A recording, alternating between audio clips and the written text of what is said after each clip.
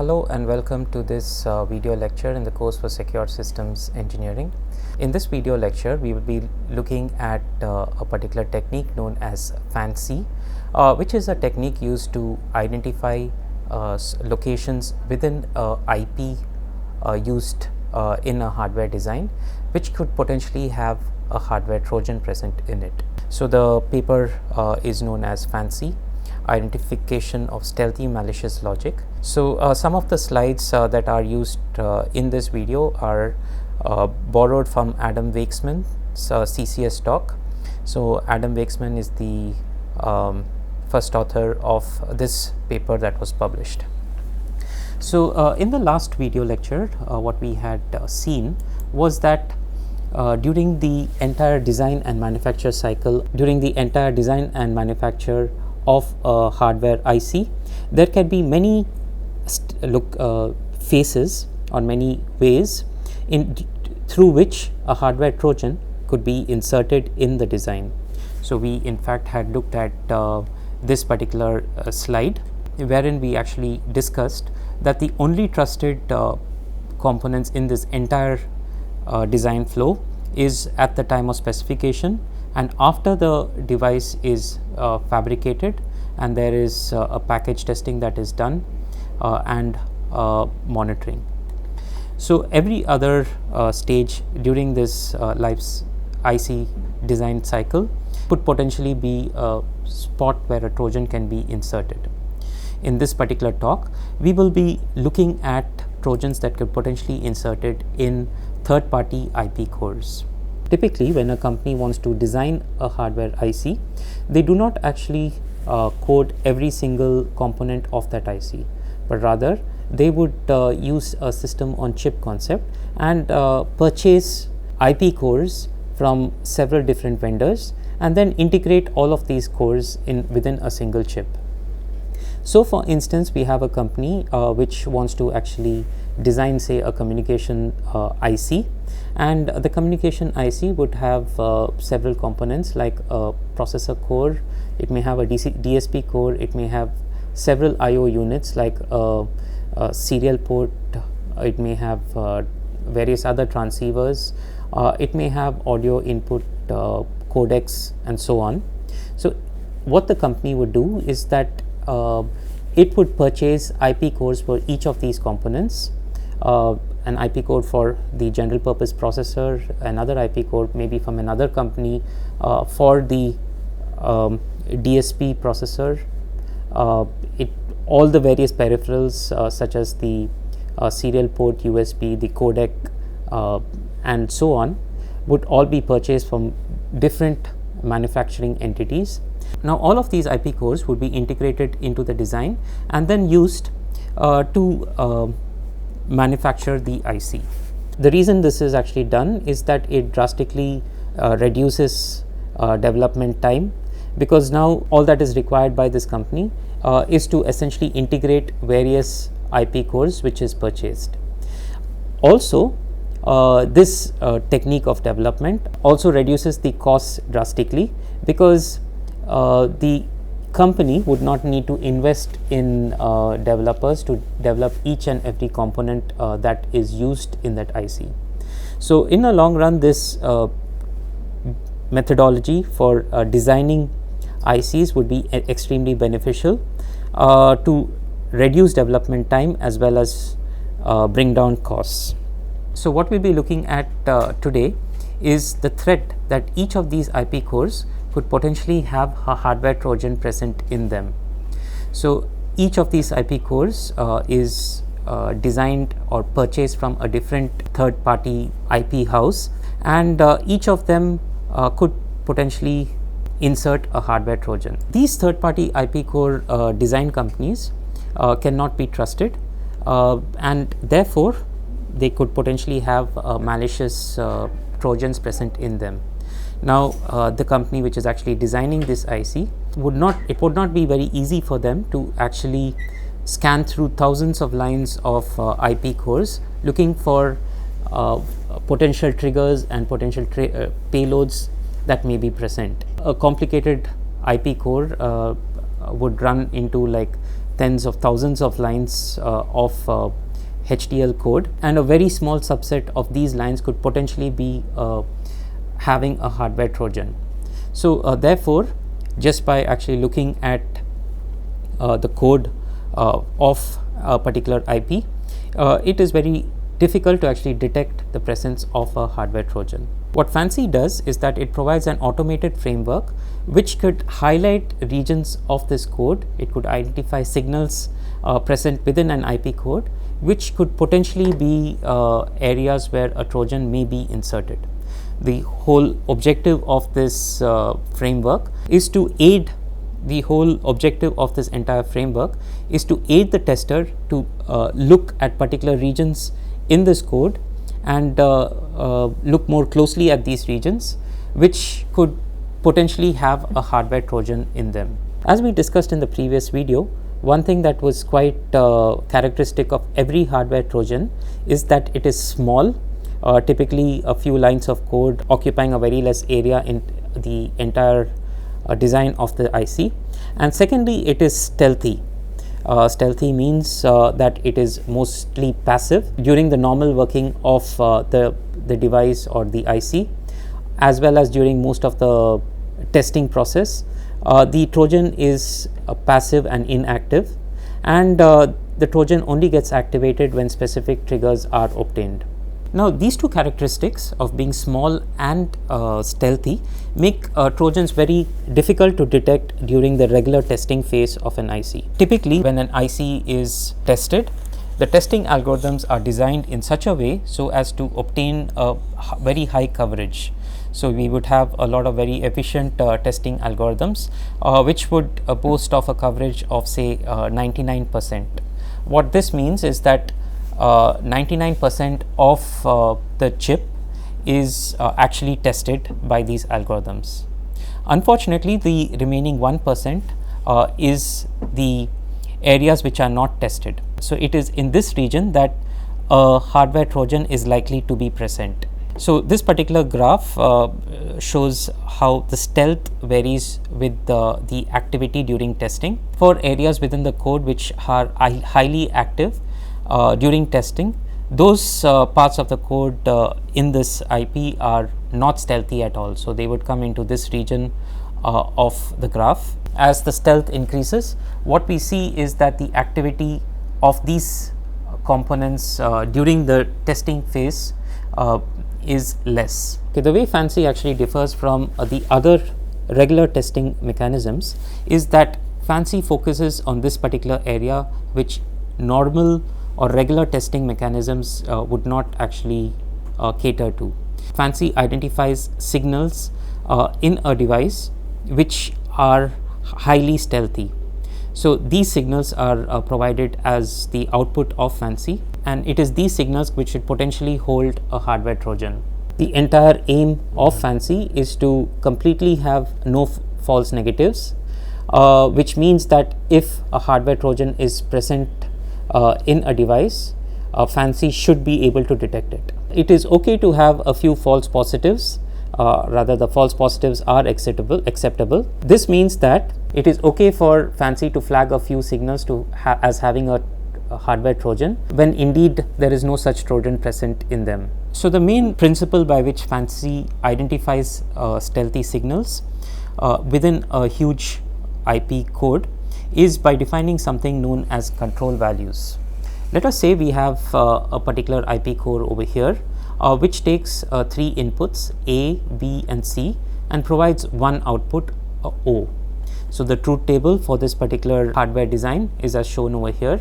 So, we see that the output O varies depending on the inputs A, B and C.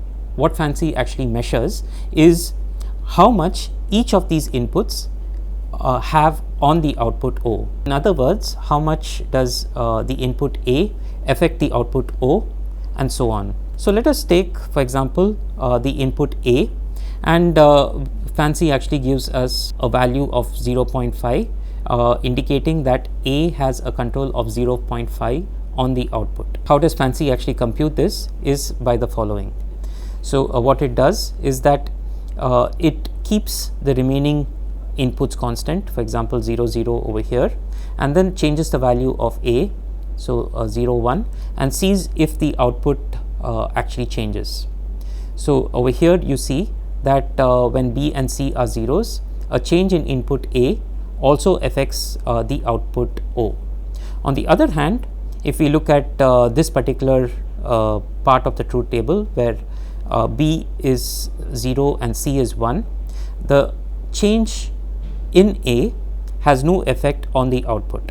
So what we see over here is that for certain values of B and C, A influences the output, while on the other hand for certain other values of B and C, A has no influence on the output. So what FANCI actually measures is the probability with which this input A affects the output.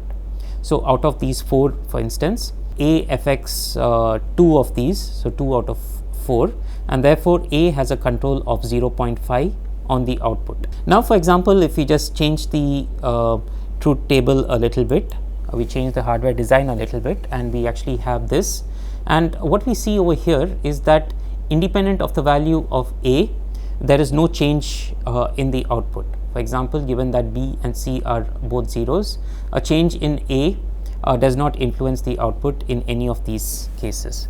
Thus, in this case, we say that A does not affect the output O, or we also say that A is an unaffecting input.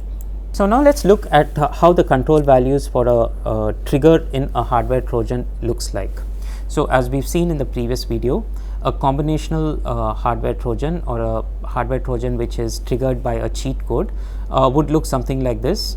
The trigger would wait for a specific input over here. The address should be equal to 0x deadbeef, and then it would actually set the trigger to be equal to 1. So if we consider the truth table for address and trigger, assuming that address is a 32-bit value, it would look something like this. We have the 32 bits of the address A0 to A31 over here, and we have the trigger signal which is a single bit over here. So what we see in this is that in most of the rows in this truth table, the trigger has a value of 0.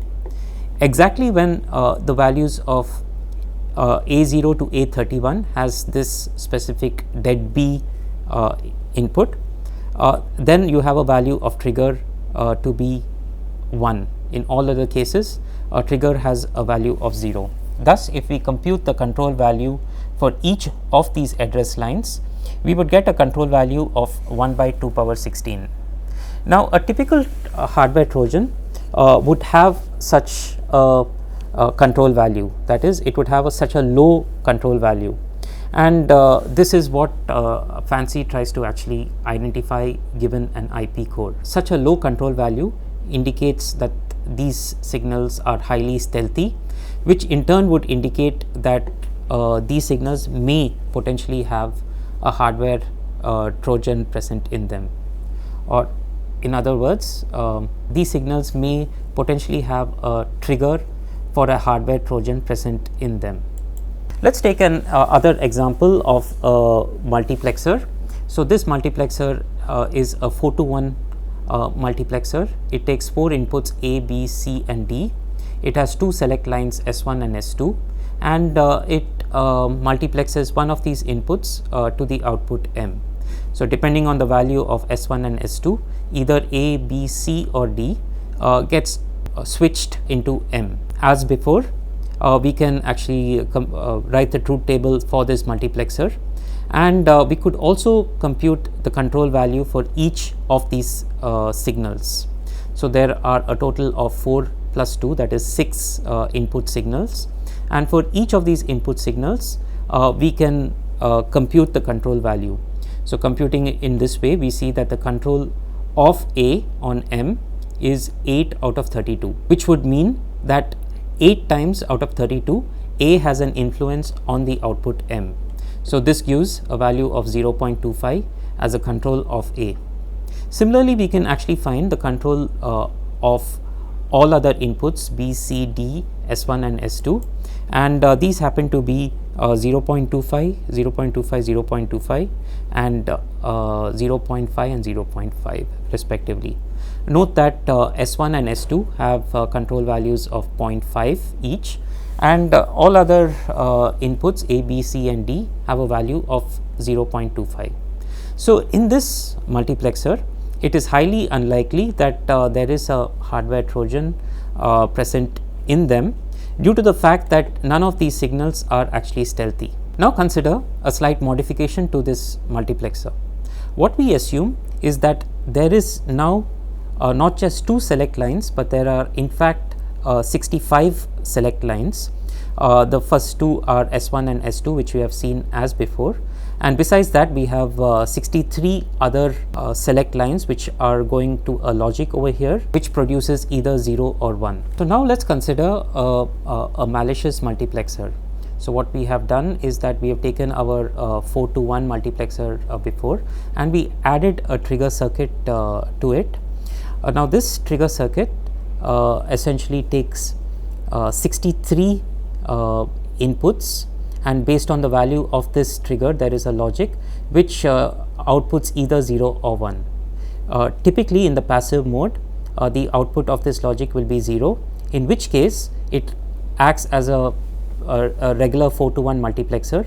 Depending on the values of S1 and S2, one of these inputs A, B, C and D would get switched to the output M. Now depending on this particular 63 bits of additional select lines that gets added, and when this output actually goes to 1, independent of the values of S1 and S2, the input E gets switched into M. So what we see is that this is our hardware Trojan. We have the trigger over here, and this E value is what gets leaked to the output of the multiplexer. Now recomputing the control values for these various inputs to the multiplexer, we see that A, B, C and D still have a control value of 0.25. The select lines S1 and S2 have still have a control value of 0.5. However, the additional lines which is due to the hardware Trojan has a control value of 2 power minus 63. Further, the input E has a control value of 2 power minus 65 on the output M. So what this indicates is that the inputs E and the inputs S3 to S66 corresponding to these red lines over here are stealthy signals. So they are rarely used, and most likely they are inactive during the general operation of this particular multiplexer, and therefore they could be potential venues where a hardware Trojan may be inserted. So what the FANCI paper suggests is that they use a set of 3 heuristics, a mean, median and something known as triviality, to identify potential stealthy signals in a hardware circuit. So each of these 3 metrics could potentially give you a different result, and would become actually active in different scenarios. For example, the median in the context of a backdoor triggers is often close to 0 when low or unaffecting wires are present. The mean, on the other hand, is sensitive to outliers. If there are few dependencies and one of them is unaffecting, it is likely to get noticed. Triviality, on the other hand, is a weighted average of the values in the vector.